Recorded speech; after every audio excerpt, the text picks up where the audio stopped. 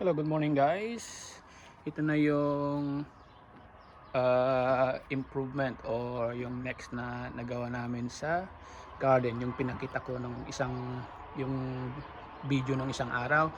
Ito na yung kanyang itsura ngayon. So, oh, so yan ang linagay namin yan. Kulang pa siya kasi lalagyan pa siya ng mga mulch para hindi gagalaw yung mga mag-grow yung mga weeds, kaya yan siya, yan ang ginagay namin. So yun yung mga tanim na linagay namin. Ito na yung mga white stones na rin na ilagay. So naglagay ako ng ito, Ko-Fi tray. So yan yung isang tanim dito sa tabi ng mailbox. Ito naman is gardenia. Yan, gusto ko siya kasi mabango siya kapag namumulaklak.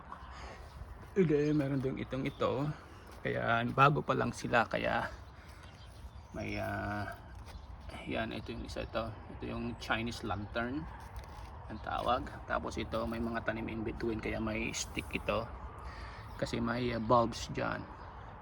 Tapos yan, jasmine na naman siya. Yan siya. Tapos Chinese lantern ulit, and jasmine ulit.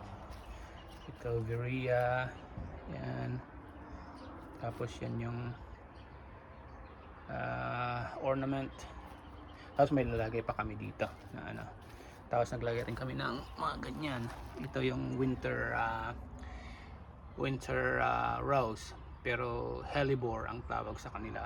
Yan, mamamatay yan kapag winter, pero babalik sila, kaya ganyan.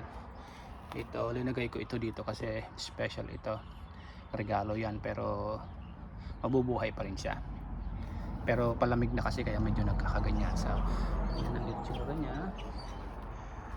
Yan.